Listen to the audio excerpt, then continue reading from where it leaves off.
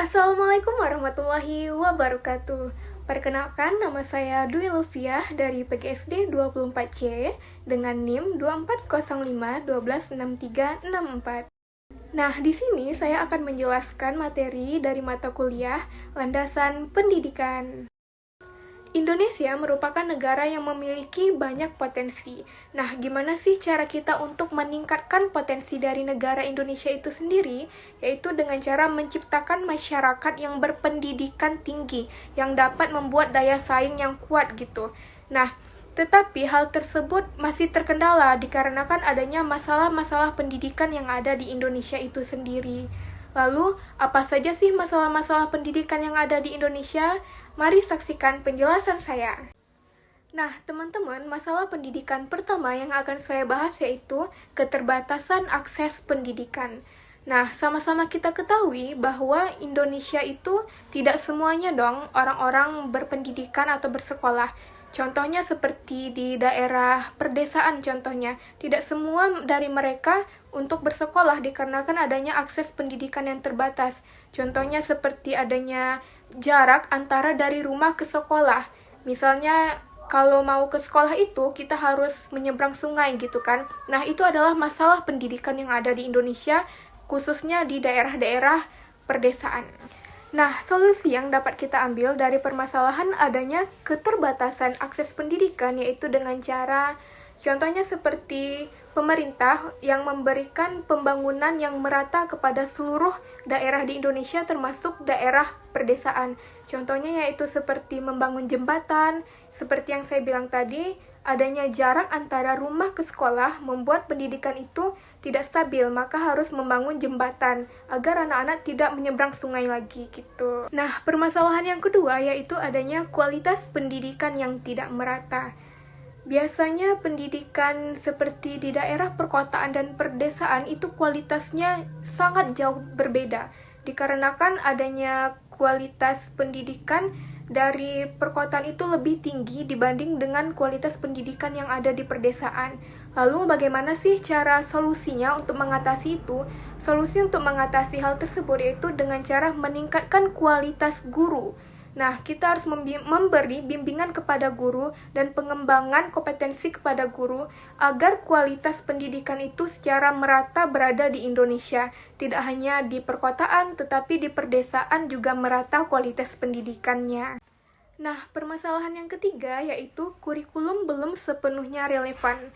Nah, kurikulum belum sepenuhnya relevan itu maksudnya yaitu murid-murid dituntut untuk menghafal berbagai macam materi, sedangkan mereka tidak tahu bagaimana caranya untuk berpikir kritis. Lalu bagaimana sih cara untuk mengatasi hal tersebut? Yaitu dengan cara pembaruan kurikulum. Nah, pembaruan kurikulum ini dapat kita lakukan sesuai dengan perkembangan zaman. Jadi kita harus mengikuti zaman untuk pembaruan kurikulum. Yaitu kita harus membuat murid-murid dapat berpikir kritis, kreatif, dan lain sebagainya. Nah, permasalahan pendidikan yang keempat yaitu adanya kesejahteraan guru yang belum optimal.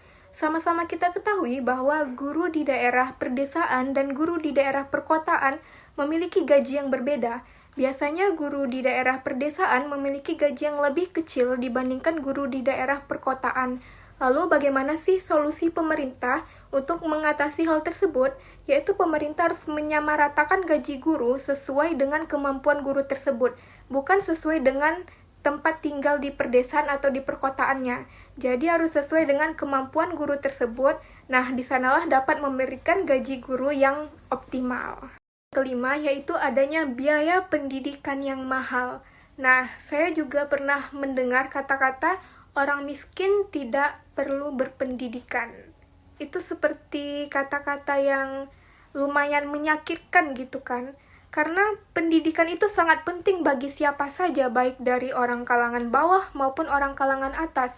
Dikarenakan pendidikan yang harganya lumayan mahal, jadi orang-orang kalangan bawah itu sangat sulit untuk menempuh jenjang pendidikan itu, dikarenakan hal tersebut.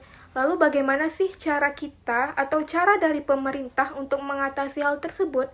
Yaitu dengan cara memberikan program beasiswa kepada orang-orang yang kurang mampu, kepada orang-orang yang memiliki pendidikan, atau orang-orang yang dikatakan memiliki kemampuan yang cukup tinggi, pemerintah harus memberikan beasiswa kepada orang tersebut. Permasalahan pendidikan yang keenam yaitu adanya sarana dan prasarana yang kurang memadai. Seperti misalnya ada di sekolah A. Di sekolah A itu tidak mempunyai sarana atau prasarana yang kurang memadai, sehingga terhambatnya aktivitas murid untuk belajar. Contohnya seperti di laboratorium misalnya tidak adanya mikroskop. Jadi murid-murid tidak bisa dong meneliti tumbuhan atau sesuatu yang akan di mikroskop itu. Itu contoh sarana dan prasarana yang kurang memadai. Masih banyak lagi contohnya. Lalu bagaimana sih solusi untuk mengatasi hal tersebut? Yaitu solusinya harus adanya dari pemerintah atau dari pihak sekolah untuk memberikan sarana yang memadai tersebut agar pembelajaran murid-murid dapat berlangsung dengan baik. Permasalahan yang ketujuh yaitu rendahnya prestasi siswa. Proses belajar merupakan proses yang sangat penting dalam meningkatkan pendidikan. Jadi apabila siswanya tidak berprestasi atau siswanya tidak ingin belajar, bagaimana cara kita untuk meningkatkan pendidikan yang ada di Indonesia? Lalu bagaimana solusi untuk permasalahan ini? Solusinya yaitu guru harus memberikan motivasi kepada siswa agar siswa itu mau belajar, dan siswa harus menyadari atau harus sadar atas apa yang telah dilakukannya, sehingga siswa itu harus rajin belajar sehingga dapat meningkatkan pendidikan yang ada di Indonesia. Nah, itu adalah permasalahan pendidikan dan solusinya. Semoga Indonesia dapat meningkatkan kualitas pendidikan dan dapat menjadi negara yang berpendidikan tinggi. Hanya itu yang dapat saya sampaikan. Apabila terdapat kesalahan, saya mohon maaf. Wabillahi taufiq wal hidayah. Wassalamualaikum warahmatullahi wabarakatuh.